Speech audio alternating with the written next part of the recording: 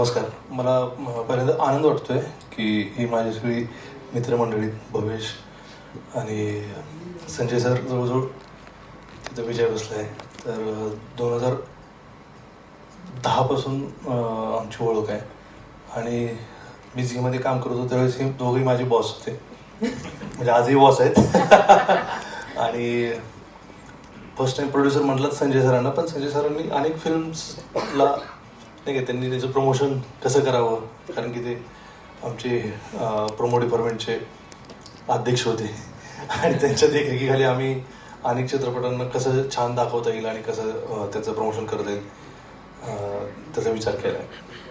तर ही तर नक्की खात्री बाळगू शकतो की पारखी नजरेनं त्यांनी हा चित्रपट केलेला असावा.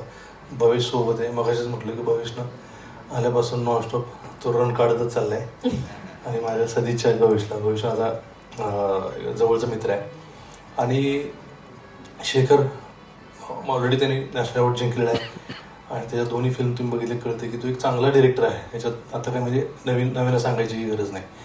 आणि हे जे माध्यम आहे पूर्ण लांबीच्या चित्रपटाचं, तर तेही तो नक्कीच चांगला हाताळेल अशी मला खात्री आहे. आणि शेखरकडं असं म्हणण्यासारखं आहे, त्याच्या भाषेवरून पण कळतं. आणि तो रुबाबद्दल जे सांगत होतं त्याच्या अवतीभोवतीचं त्याच्या मनात आहे. पूर्ण त्याला सांगायचं नाही आणि सांगायला नाहीच पाहिजे आता, पण रुबाबच्या भोवती तो जे बोलत होता त्यावरून कळते की त्याच्याकडे काहीतरी ओरिजिनल काहीतरी म्हणण्यासारखं आहे. आणि मला तीच अपेक्षा आहे की त्याचं म्हणणं तो काहीतरी सांगेल आपल्याला. आणि आत्ता आपल्याला तीच गरज आहे. आणि लव्ह स्टोरी काय एकच नसते, सगळीच लव्ह स्टोरी आहे जगात. शेक्सपियर झाले म्हणून काय बाकीचे प्रेमात पडले नाहीत असं नाही. तर पडतच राहणार आयुष्यभर आणि नव्या नव्या गोष्टी होतच राहणार. त्यामुळे नवीन गोष्ट कशी सांगतोय हाच मुद्दा आहे आणि तो त्याच्या नजरेतून आपण बघणार आहे. त्यामुळे माझ्या खूप मनपूर्वक तिघांनाही आणि सगळ्या टीमला रोबाबच्या माझ्या सदिच्छा आहेत आणि मी मित्र म्हणून त्यांच्या आनंदात सहभागी व्हायला इथं आलो.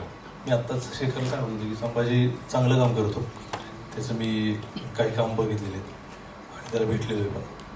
आणि इथं हिला पहिल्यांदा बघितलं, पण चांगली जोडी वाटते, मजा येते आणि रुबाबदार आहे हे नक्की दिसतंय.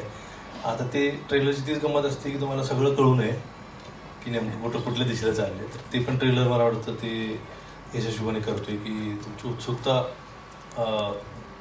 चालवली जाते, पण नेमकं काय कुठल्या दिशेला गोष्ट चालली आहे. आणि हिरो दारोडा वगैरे आहे म्हटलं जरा गंमत वाटली मला.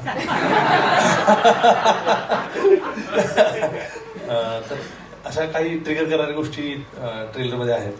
शूट चांगलं झालं आहे आणि मी मगाशी म्हणालो तशी माझी उत्सुकता जास्त वाटते की आता शेखरनं नेमकं काय कार्यक्रम केला आहे ते बघायची मला उत्सुकता आहे. या सगळ्यांना एकत्र बघायची उत्सुकता आहे.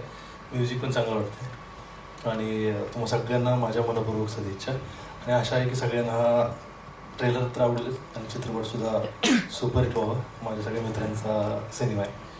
सुरुवातीच्या काळात गावाला आम्ही रस्त्याच्या मध्ये पडद्यावर बसून, म्हणजे शेवटची इष्टी 9:30ची गेली की पडदा मारला जायचा आणि त्या साईडला बायका, या साईडला सगळे पुरुष, असं बसून आम्ही फिल्म्स बघितलेल्या आहेत.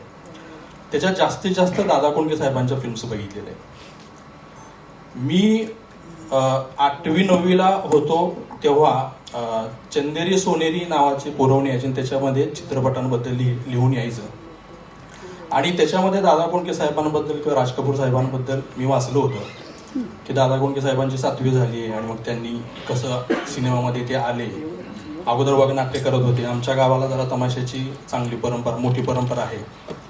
आणि मग तमाशा म्हणा किंवा ह्या सगळ्या गोष्टी बघून मी ते आमच्या माळीत, म्हणजे घरात येऊन ते सगळं करायचो. त्यामुळे दादा कोंडके साहेब, राज कपूर साहेब, ज्यांच्यामुळं मला वाटलं की आपण सिनेमा करू शकतो. आणि मी गाव सोडून 12वी नंतर डायरेक्ट इथं आलो. इथं आल्यानंतर मला विशांतराम बापूंचे सिनेमे मला माझ्या जवळचे वाटले.